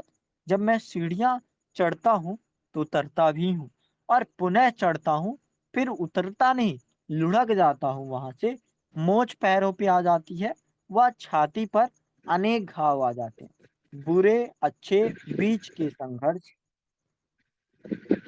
से भी ऊपर तक, अच्छे व उससे अधिक अच्छे बीच का संघर्ष, गहन चिंतन, सफलता, अति भव्य असफलता, अतिरेकवादी पूर्णता की व्यथाएं बहुत प्यारी हैं। ज्यामितिक संगीत, ज्यामितिक संगत गणित की दृष्टि के कृत भव्य नैतिक मान, मतलब अब मैं अंक गणितीय रूप से संबंध नहीं बनाना चाहता हूं कि 1+1, मैं अब ज्यामितीय रूप से कि जैसे मल्टीप्लिकेशन में कि वो चीज कैसे बढ़ रही है, या फिर वो चीज कैसे अ, जैसे 2 का 4 हुआ, 4 का 8, 8 का 16, 16 का 32, 32 का 64, तो ऐसे ही वो चीजें समझ आती हैं। तो ज्यामिति संगत गणित की दृष्टि के कृत भव्य नैतिक मान, आत्मचेतन सूच नैतिक मान, अतिरेकतावादी, अतिरेकतावादी एक चीज होती है या फिर एक विचारधारा होती है जहां पे आप अति कर जाते हो, या फिर वो स्थिति आपको, और अतिरेकतावादी पुष्टि, पूर्णता की तुष्ट करना, मनोकूल की व्याख्या करना कब रहा आसान? कभी भी आसान नहीं रहा। मानवी अंत कथाएं बहुत प्यारी हैं, और सही बात है, अगर ब्रह्म राक्षस की बात करें तो उसको यही चीजें प्यारी होती हैं, और हमें भी ऐसी चीजें प्यारी ही होती हैं। कब रहा संघर्ष करना मनुष्य का पहला उद्देश्य? कभी नहीं रहा है। तो मानवी अंत कथाएं बहुत प्यारी हैं। रब निकलता लाल चिंता की रुधिर सरिता, प्रवाहित कर दीवारों पर उदित होता चंद्र, व्रण पर बांध देता श्वेत धौली पट्टियां। मतलब इन्हीं समस्त विषमताओं में पीस कर जो भी शोधक, हम अभी क्या ही कर रहे हैं, आत्मशोधन कर रहे हैं ना, तो आत्मशोधक बौद्धिक चेतना मतलब ब्रह्म राक्षस, जो वेदम और निष्प्राण दो चीजें हैं, कि निष्प्राण भी है, लास्ट लाइन अभी हमने पढ़ी थी ना, कि मरी हुई चिड़िया या फिर मरा हुआ पक्षी।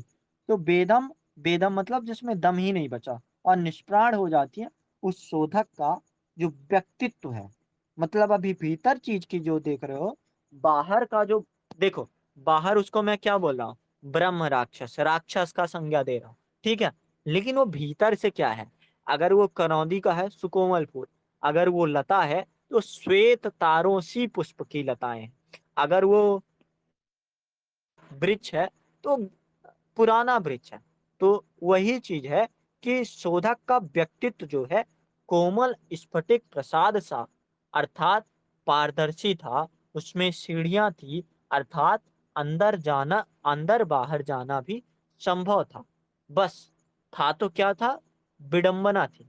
कैसी विडंबना, थोड़ा समझते हैं आगे। उद्गिन भालों पर सितारे आसमानी छोर पर फैले हुए अनगिन दशमलव से दशमलव बिंदुओं के सरबत सरबता।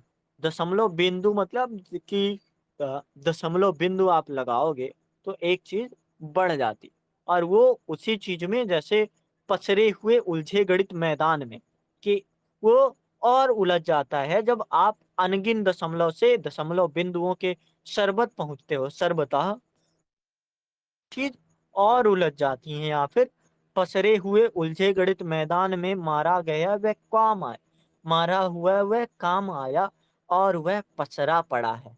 मतलब जब वो उन विडंबनाओं से मिलता है कि सीढ़ियां चढ़ूं या ना चढ़ूं, जीने की वो सीढ़ियां अकेली थी, अर्थात वह समाज से कटकर थी। मतलब ऊंची सीढ़ियां है ना, तो उस ऊंची सीढ़ियों में जैसे दशमलव दशमलव लगना या फिर गणित के मैदान में आना, वास्तव में नई चीज खोजना है या फिर उस चीज को हल करना हो। तो जब आप समाज के उस आत्मबद्धता से बंधने को छोड़कर परिहार करते हो, और जैसे ही परिहार करते हो तो आप कट जाते हो समाज से, और जैसे ही समाज से कट जाते हो तो आप फिर गिरते हो। एक बार गिरोगे फिर दोबारा चढ़ोगे, तो दोबारा अपने आप लुढ़कोगे, तो उस प्राप्त ज्ञान को व्यवहारिक जीवन कसौटी में करना मुश्किल है। फिर आपके पैर में मोच लगेगा, छाती में चोटें लगेंगी, और वो चोटें आपको ऊपर नहीं चढ़ने देंगी, और आप मारा गया वह काम आया और वह पचरा पड़ा है बच, बाहें खुली फैली। मतलब अभी भी आप स्वीकार करना चाहते हो, बच्च बाहें खुलना इस चीज का प्रतीक है कि आप हाथ फैला के स्वीकार कर रहे हो, लेकिन आप खड़े होकर स्वीकार या फिर आगे बढ़ के नहीं कर रहे हो, आप मरे हुए पड़े हुए हो या फिर बेदम से हो गए हो। तो बच्च बाहें खुली पहली एक शोधक की व्यक्तित्व वह कोमल स्फटिक प्रसाद सा, प्रसाद में जीना व जीने की अकेली सीढ़ियां। प्रसाद में वो जीना, जीना मतलब छज्जा, मतलब बॉल्कनी, बॉल्कनी मतलब घर में तो हो पर वहां से आपको संसार दिखेगा। प्रसाद में जीना व जीने की अकेली सीढ़ियां चढ़ना बहुत मुश्किल रहा हुए भाव संगत तर्क संगत। और यही बात है पूरा पूरा, भाव संगत मतलब हृदय, हृदय से आप मान, और तर्क संगत मतलब बुद्धि से। और जैसे ही आप अगर हृदय को थोड़ा कम महत्व देते हो और बुद्धि से ज्यादा आधार लेने लगते हो, तो आप तटस्थता के करीब पहुंच जाते हो। तो आपको क्या करना पड़ेगा, साध में जीना व जीने की अकेली सीढ़ियां चढ़ना बड़ा मुश्किल रहा हुए भाव संगत तर्क संगत, मतलब एक हृदय और एक बुद्धि, कार्य सामंजस्य योजित, मतलब अब सामंजस्य बनाना पड़ेगा। समीकरणों के गणित की सीढ़ियां हम छोड़ दें उसके लिए, मतलब समीकरण के गणित की, समीकरण होता है कि आप ज्यादा तर्क संगत ही चलते रहते हो, तो हमें अब कौन सी सीढ़ियां छोड़नी पड़ेगी, समीकरणों की गणित की सीढ़ियां हम छोड़ दें उसके लिए। उसने अपनी आंतरिक उलझनों द्वंद से, वही चीज है कि आप उस जो झीने में हो, जीना मतलब छज्जे में हो, उस अकेली सीढ़ियों में अगर मुश्किल भी है तो मुश्किल को दूर करना पड़ेगा। आगे का क्या भाव है थोड़ा अब लास्ट समझते हैं, बस 3-4 मिनट और। उस भाव तर्क व कार्य सामंजस्य योधन शोध में सब पंडितों सब चिंतकों के पास वह गुरु प्राप्त करने के लिए भटका, किंतु युग बदला वह आया कीर्त व्यवसायी। कीर्त व्यवसायी मतलब ख्याति प्राप्त व्यवसायी। लाभकारी कार्य में से धन, धन मतलब सात्विक प्रवृत्ति समझो, वह धन में से हृदय मन और धन अभिभूति अंतकरण में से सत्य की झाई निरंतर चिलचिलाती थी आत्मचेतस, किंतु इस व्यक्तित्व में थी प्राण में अनबन विश्व चेतस बेन बनाव, बेबनाव मतलब बिना किसी बनावटी आधार का, बेबनाव महत्ता के चरण में था विषादाकुल मन। विषादाकुल मन मतलब दुख से व्याकुल मन, जो असमंजस, असमंजस के तालमेल को बिठाना तो चाहता है, पर फिर भी जब आप दुख से व्याकुल होते हो तो वो बिठाना या फिर वो जो सामंजस्य है, द्वंद और उलझनों के बीच उस आंतरिक परिवेश में या फिर जब अलग जीना होता है, अलग छज्जा होता है, तो वहां से कटकर सामंजस्य बैठाना अपने वाह और आंतरिक दोनों परिवेश के बीच पिसने से बेहतर है सामंजस्य बैठाना। लेकिन अभी भी उस सामंजस्य बैठाने में आपको क्या क्या जरूरी है?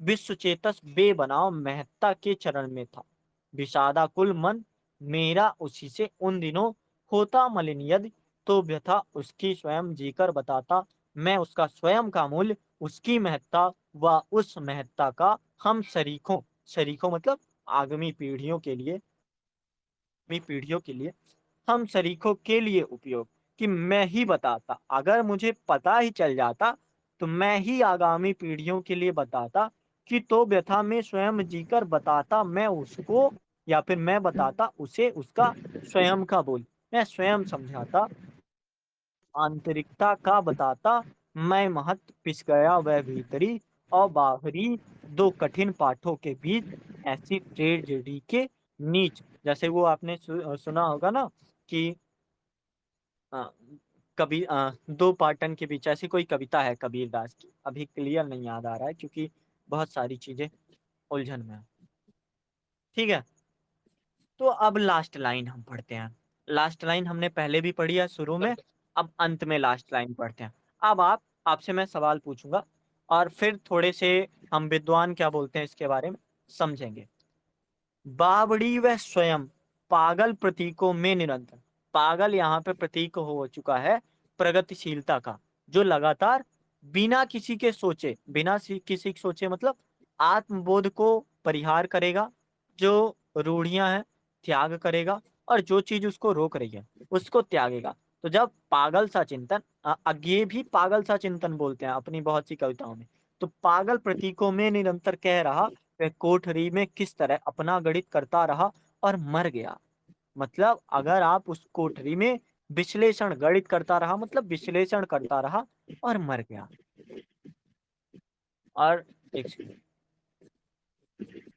मर, वह सघन झाड़ी के कटीले तम विवर में मरे पक्षी सा, मतलब कैसे मरा? मरे पक्षी सा मरा। मरे पक्षी सा मरा मतलब उड़ना तो उससे आता था, परंतु वह उड़ नहीं पाया, विदा ही हो गया वह ज्योति अनजानी सदा को सो गई। यह क्यों हुआ, क्यों यह हुआ? कवि की पीड़ा, मैं ब्रह्म राक्षस का सजल और शिष्य होना चाहता। मतलब अब ब्रह्म राक्षस के बारे में इतना कुछ जानने के बाद अब मैं क्या होना चाहता हूँ? ब्रह्म राक्षस का सजल और शिष्य होना चाहता, जिससे कि उसका वह अधूरा कार्य, क्या अधूरा कार्य? कि वो निकलना चाहता था, वो अपने संघर्ष से निकलना चाहता था, तो वही अधूरा कार्य उसकी वेदना का स्रोत संगत पूर्ण निष्कर्षों तलक पहुंचा सकूं। मतलब अब उसके जो संघर्ष था, आत्म संघर्ष, वो रूढ़ियों में बदलना था, या फिर अगर जो जीना था, कैसा जीना था? समाज से कटकर जीना था। तो समाज से कटकर जीने में वो अकेला जीना चाहता है, अगर उसके पैरों में मोच भी है तो मोच के साथ वो वहीं रहना चाहता। तो ये चीज पूर्ण तलक पहुंचा सको। और ब्रह्म राक्षस की मूल संवेदना वास्तव में यही है कि आप उस कवि के अंत में, या फिर ब्रह्म राक्षस का सजल मतलब संवेदनशील हृदय, ब्रह्म राक्षस वास्तव में राक्षस जैसा था ही नहीं, वो था कमजोर और लेकिन बाहर से मजबूत दिख रहा था। तो संवेदनशील हृदय वाला शिष्य बनने की लालसा। और कभी जो जो समझाते हैं, सारी चीजें हो गई हैं, कोई डाउट हो तो पूछो, नहीं तो अब हम खत्म करते हैं।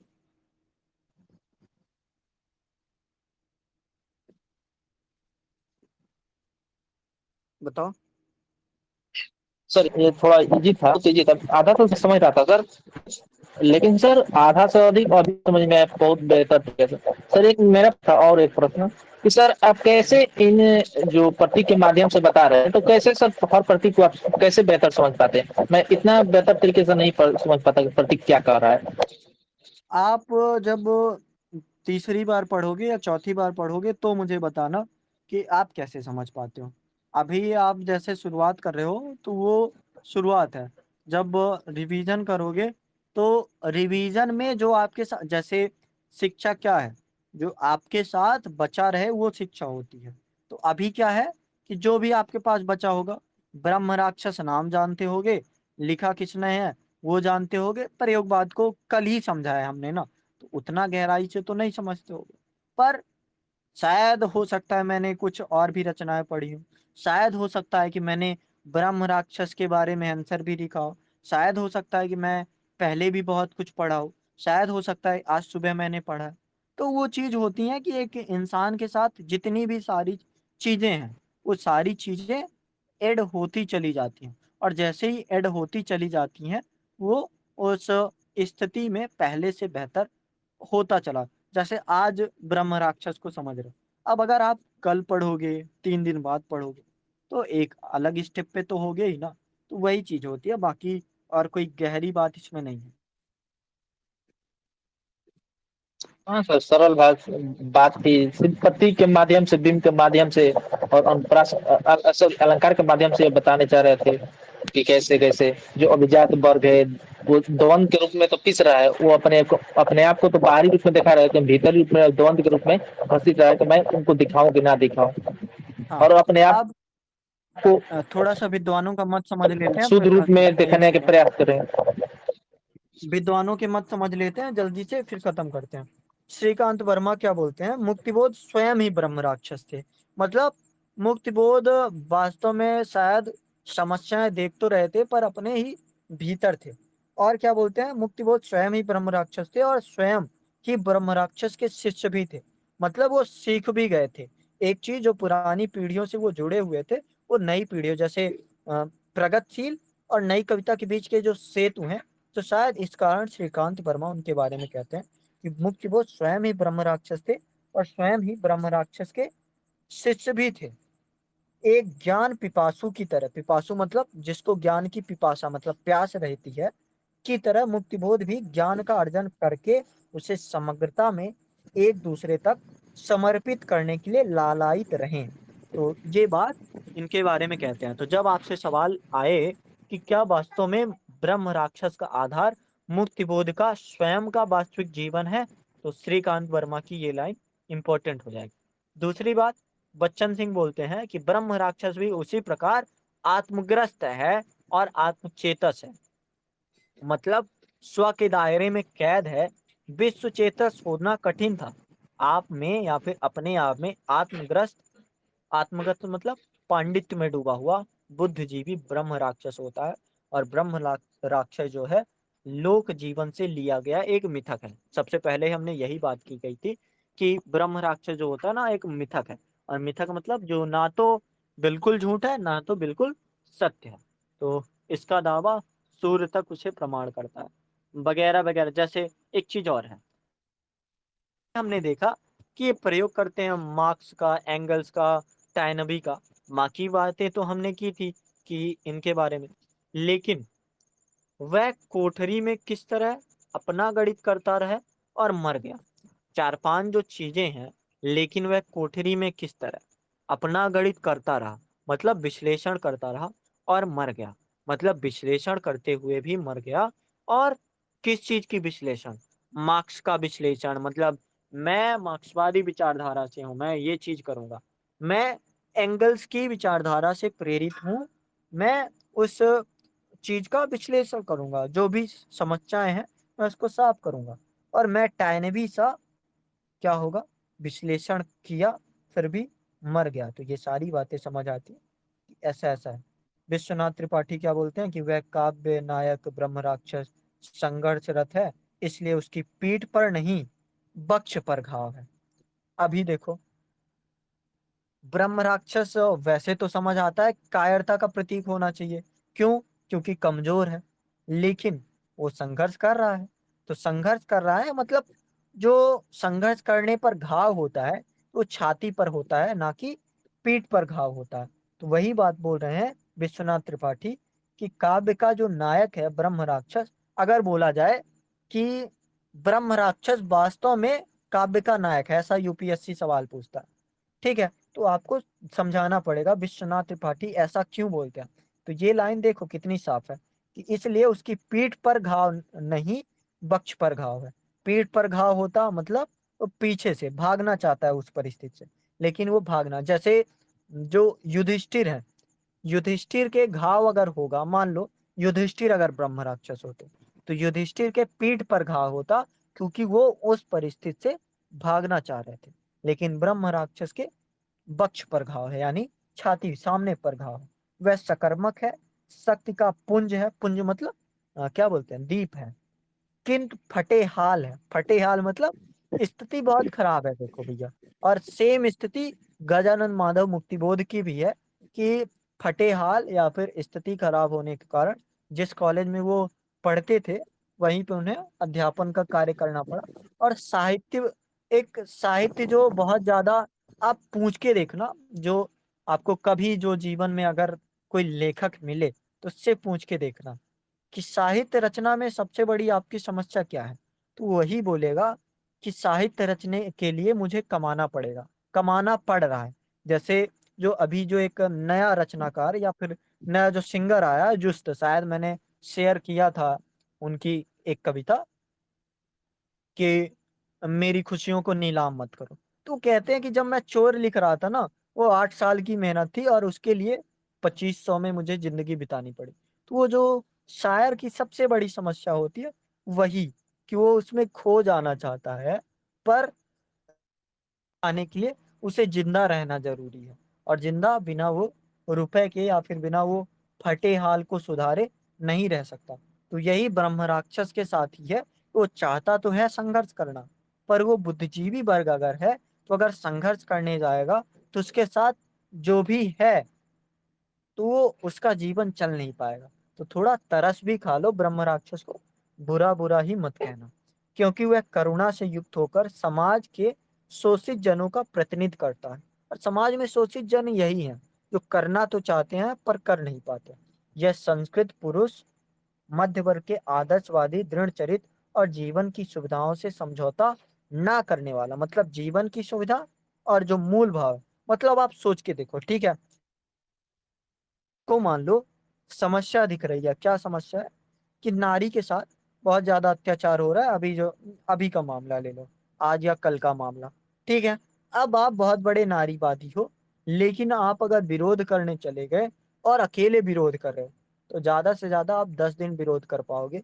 फिर आपको आपका फटा हाल सुधारना पड़ेगा कि हाँ, मुझे जीवन भी देखना है और मैं जीवन की सुविधाओं से, आप अपने लिए तो समझौता कर सकते हो, और राजा हरिश्चंद्र जैसा हर कोई नहीं हो सकता कि अपनी स्त्री और अपने पुत्र को भी दान दे दिया। तो वही चीज है कि जीवन की सुविधाओं से समझौता ना करने वाला व्यक्ति है, मतलब एक आदर्श व्यक्ति है, अच्छा व्यक्ति है। इसको बुरा बुरा ही मत बोलो।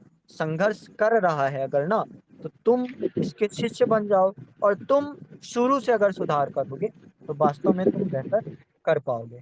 तो ये विश्वनाथ त्रिपाठी, इनका ऑब्जर्वेशन था।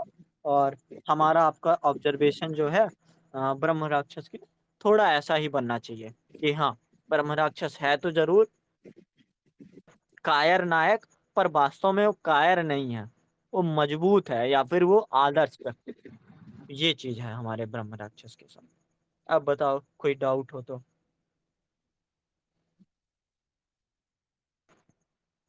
नहीं सर, ये सर बहुत सबसे बेहतर आज लगा पढ़ने में, क्योंकि सर क्योंकि ये सरल था और बहुत जो प्रयोगवाद को देखे थे तो उसमें और बेहतर लगा कि पढ़ने में ये कैसे पढ़ा था।